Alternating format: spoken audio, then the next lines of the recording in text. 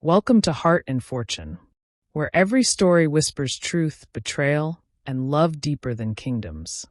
Subscribe, settle in, and let this tale take you far from what's expected. Once upon a time, in a kingdom built on rules and bloodlines, there lived a girl no one dared to name. Her real name was Elira, but inside the castle walls they called her the Quiet One. She was not a noble. She was not a servant. She simply existed. A girl with no voice in the court, but eyes that saw everything. Her mother had died in childbirth. Her father had been a soldier, lost in a war the king himself had started. She was taken in not out of kindness, but obligation. Raised among the help. Hidden from the halls of power. Yet every time the king walked through the garden, every time his eyes swept the courtyard, he saw her, and he never looked away. At 16, she was a shadow. By 18, she had become his secret. And at 21, she would become his greatest scandal. King Auric was a man built by the throne. Crowned at just 19, hardened by a council that used him more than they advised. He had power. He had wealth.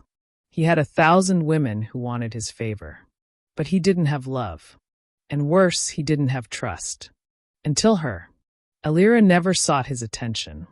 She bowed when expected, kept her hands clasped when in view. But when he saw her alone, brushing petals from the palace stairs, she smiled. Not a royal smile. Not a seductive smile. A real one. And that's what broke him. It started with books. She returned a scroll to the private library. He happened to be there. That's what the servants said. But it wasn't an accident. The king had waited 2 hours for her to arrive. That's a rare text, he said, gesturing to the scroll in her hands. She froze. No need to be afraid, he added.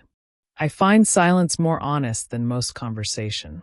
That was the first conversation they ever had. And it didn't last long. But it was enough.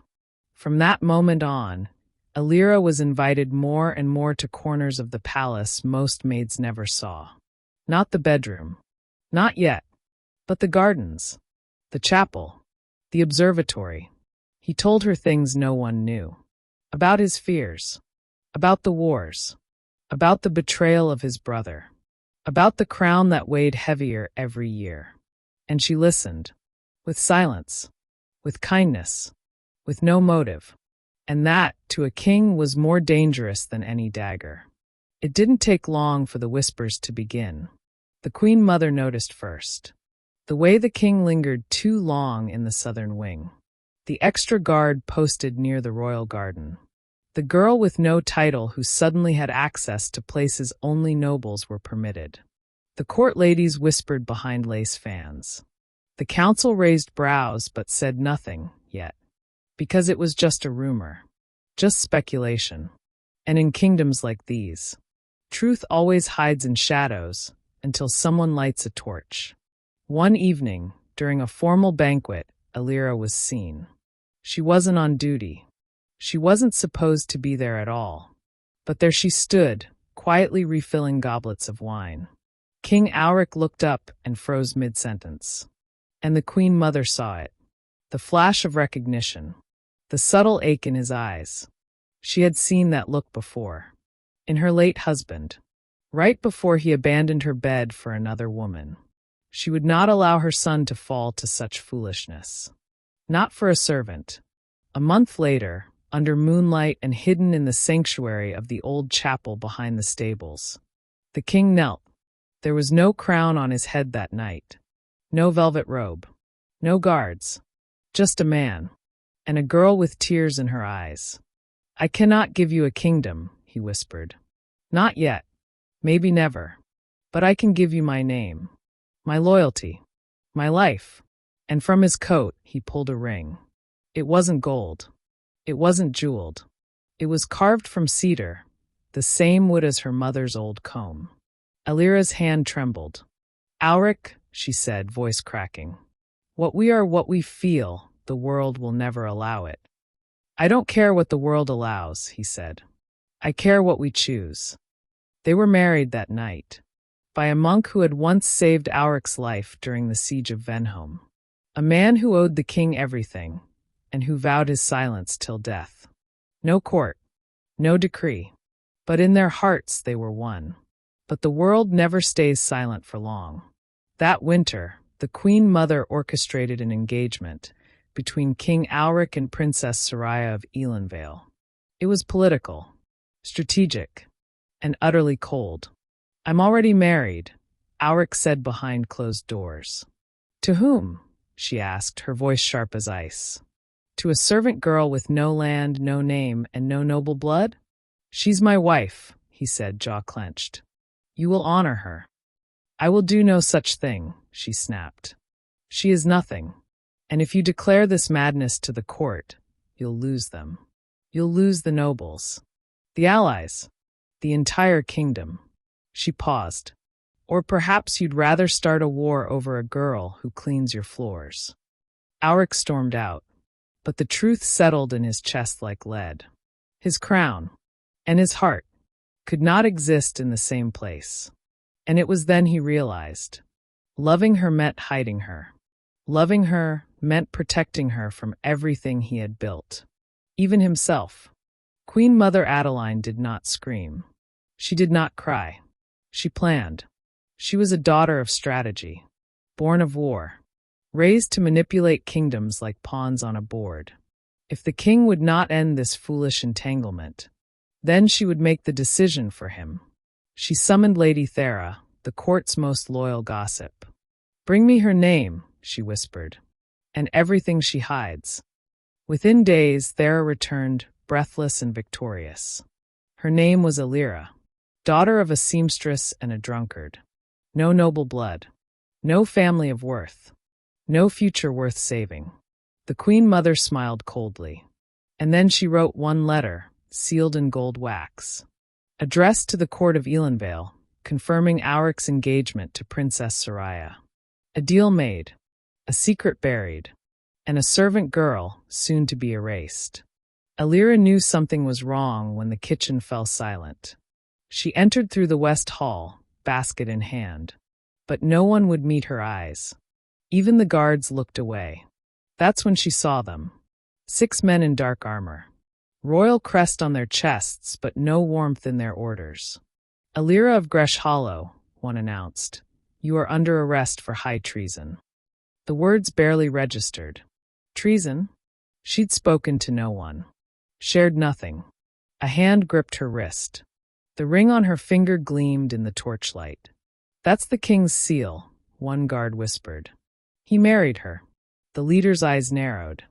"Then she's more dangerous than we thought." They dragged her through the castle, through the same halls she'd once swept, past the same nobles who once ignored her. Now they stared at the girl who dared love a king. The Queen Mother acted swiftly. Before dawn, Alira was stripped of her name, her post, and her status. No trial, no witnesses. She was sent to the borderlands, a place of snow and silence, where even memory forgets to linger. But before she was taken, one of her kitchen friends, a boy named Tom, snuck into the cell. He slipped her a letter, a final message for the king. "I'll find a way," Tom whispered. "I'll get it to him. I swear it." Alira clutched the paper with shaking hands. The words were few, scrawled in candlelight with trembling ink. "I never wanted your crown, only your heart. But I see now, even that was too much. I love you still. Please don't forget me." She kissed it once. Then she was gone, dragged beyond the gates, into the winter. And the letter? It never reached the king, because Tom never made it past the throne room. The royal garden had always been his sanctuary. But today the roses looked gray. King Auric waited 3 days. 3 long, unraveling days, and she never came. No Alira in the garden. No soft footsteps near the chapel. No quiet hum echoing from the observatory. Nothing. He summoned Tom. He summoned the kitchen staff. He summoned the guards. They told him she had fled. Fled. Without word. Without goodbye. It didn't make sense. Elira wouldn't vanish. Not unless someone made her. The thought hit him like steel. He stormed to the Queen Mother's chambers. Eyes wild, voice trembling. "What did you do?" Queen Adeline didn't flinch. She offered him tea. "You're king now," she said coldly. "Act like it." That night, Auric shattered every glass in his chamber. And in the silence that followed, he realized something terrifying. He was the most powerful man in the kingdom. And still, he couldn't protect the only woman he ever loved. It was a servant girl, 15 years old. A no one. She found it while dusting the edge of the throne dais, tucked beneath the leg of the seat as if dropped in haste. A letter. Worn. Smudged. Almost unreadable. But the seal, the rose pressed into the wax. That was Elira's. She brought it to the king, hands trembling. "I don't want trouble," she said. "But I think this was for you." He read it in silence. Then he read it again. And again. He didn't sleep that night. Didn't speak. He sat in his chamber with the letter in his hand, and fury boiling in his veins. He had been robbed. Not just of love, but of truth. And someone would pay. On the eve of his public engagement to Princess Soraya, the palace threw a celebration. Gold silk, thrones of white marble, music that drowned out the whispers. But the king did not smile. And his bride wasn't who she claimed to be. Princess Soraya was not innocent. She had known. She had seen the meetings, heard the whispers, even bribed the Queen Mother to ensure Elira's exile. All to win a throne that didn't love her. So when Auric took the stage, crown gleaming under torchlight, he did something no ruler had ever dared. He stopped the music. He looked at the crowd, then at Soraya. And he said, "I cannot marry a woman who helped destroy the only thing I ever loved." Gasps rippled like thunder. Soraya stood frozen. The Queen Mother's fan fell from her hand. And the king? He walked off the stage, straight toward the stables, straight toward the border, straight toward the girl they thought he'd forgotten. The road to the border was not paved with gold. It was mud, and fog, and bitter wind. King Auric wore no crown, no guards, no banners, just a cloak, a horse, and a letter pressed to his chest. He didn't sleep. He didn't eat. He didn't care. He had once led thousands into battle. Now he rode alone for one girl who had no title, and yet carried his heart heavier than the throne itself. In the villages, no one recognized him. They called him wanderer, traitor. Some even called him mad. But he kept riding, until he reached a cottage near the edge of the sea.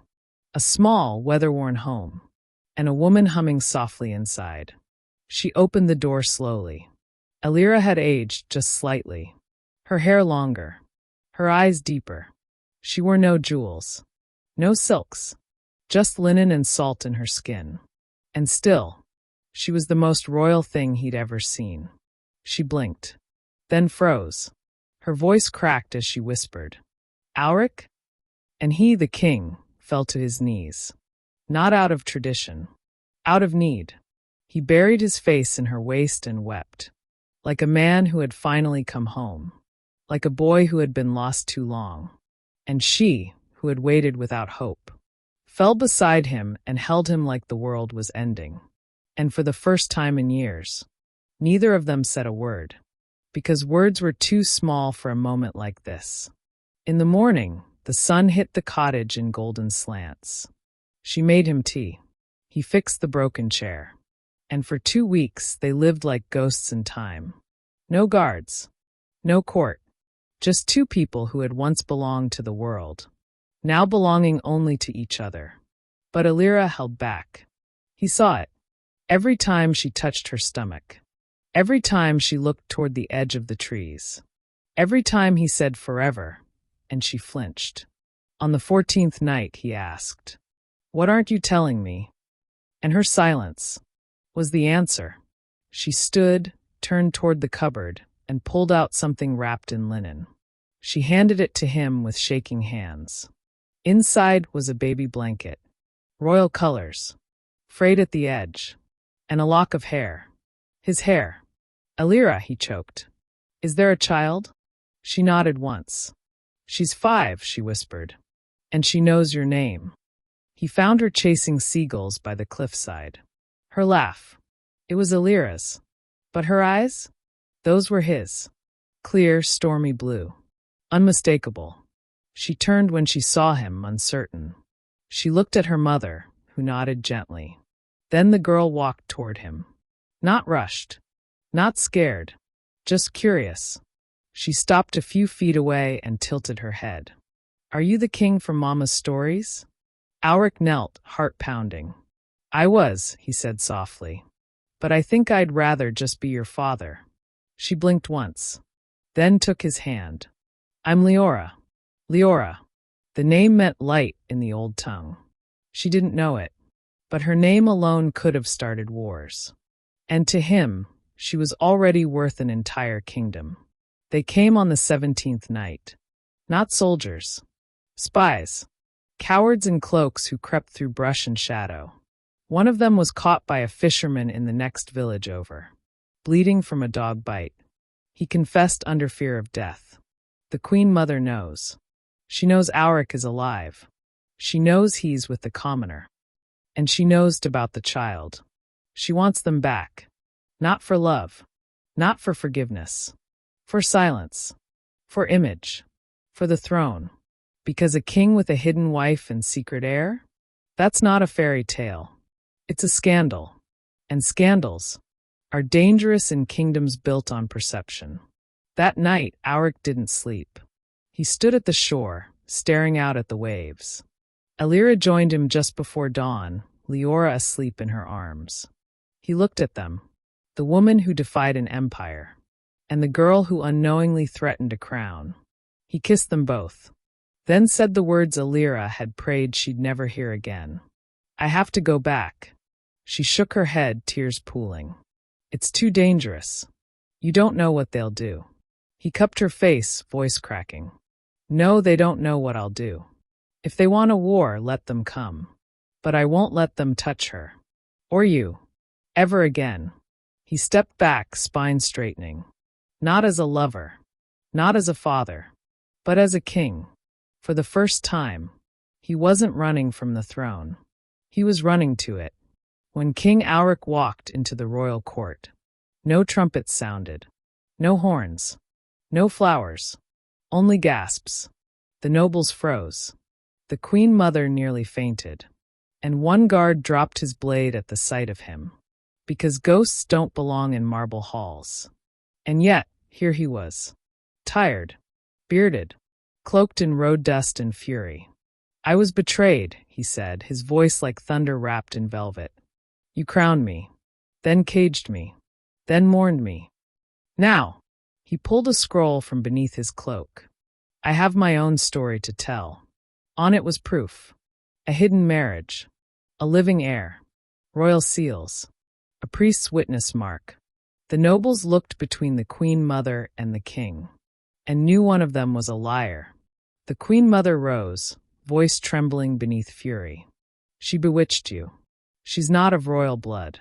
Your child is illegitimate." Auric stepped forward. "No bloodline grants honor," he said. "But my wife gave me loyalty when you gave me chains. She gave me love, when this palace only offered control. She gave me a daughter." He turned to the court, "who smiles with more grace than any of you have ever ruled with." Silence. Then a voice from the crowd. "Let us meet her." It came from Lord Terran, oldest member of the council. Others nodded. "If your claim is true," one said, "let the people see the family you've chosen over power." The next morning, the palace gates opened. Alira entered first, hand trembling in Auric's. And beside her, Leora, dressed in a simple blue dress stitched with golden thread. She didn't bow, didn't curtsy. She just looked around, and smiled like a child who didn't know she was changing history. The Queen Mother glared, retreating behind her veil. But the people? They saw truth. Not tradition. not protocol. Truth. And truth is more powerful than crowns. That evening, the court voted. Auric would retain the throne. Alira would be queen consort, regardless of her blood. Leora, heir, unquestioned, untouched. The queen mother left the kingdom that night. And Auric? He sat beside the fire, Leora asleep in his lap, and whispered to Alira, "Now they can never take you away again." It wasn't a grand affair. There were no jewel-crusted veils, no foreign dignitaries, no gold leaf invitations. But there were flowers, real ones, wild blooms picked by Leora and palace servants. There was music, simple flutes and old songs Alira once sang by firelight. And there was love, pure, hard-won, unbreakable. Auric stood tall, in robes he chose for comfort, not appearance. Alira, radiant in white linen and a soft crown of herbs. Leora held their rings, laughing when they dropped and rolled beneath the throne. And when they kissed, not as secret lovers, not as fugitives, but as husband and wife before a kingdom. Even the guards cried. The people cheered from windows, hills, and rooftops. It was not the wedding of royalty. It was the wedding of soulmates. And that made it more powerful than any coronation. But peace is never without cost. In the weeks that followed, the kingdom settled. The Queen Mother was silent, too silent. Until one fog-heavy morning, a messenger arrived, bruised and bloody. "Your Majesty, the northern houses. They've pledged allegiance to your mother. She's forming her own court. She calls it the true crown. Her aim? To reclaim the throne through blood. Starting with Leora. She had soldiers, exiled nobles, and blackmail gathered for years. It wasn't a rebellion. It was a reckoning. They told Leora to stay hidden, to wait in the caves if danger came. She didn't. At just 6, she walked into the council chamber. Braids crooked, eyes steady. "I want to speak," she said. No one dared laugh. "My grandmother is angry because she lost, not because she loves us. If I stay quiet forever, she still won't stop. So I'd rather speak now, loud enough for the whole kingdom." Alira wiped her tears as her daughter stood straighter than most kings. And Auric? He knelt before her and said the words he once feared. "One day this kingdom will be yours. And I'll be proud, because you won't rule with fear. You'll rule with fire." The Queen Mother never returned. Her court crumbled. Her threats faded into history like whispers in a storm. Years passed. Leora grew. Smart, kind, defiant. Alira became the queen people wrote poems about. And Auric finally found peace, not in power, but in the family that once cost him everything. They ruled together for decades. Not flawlessly, not without pain, but always, always with truth. And long after they were gone, children in the kingdom were told. There once was a king who died for love, then rose again for it. Thank you for listening to The King's Secret Wife. If it moved you, share it. If it stayed with you, subscribe. More stories await. Only here at Heart and Fortune.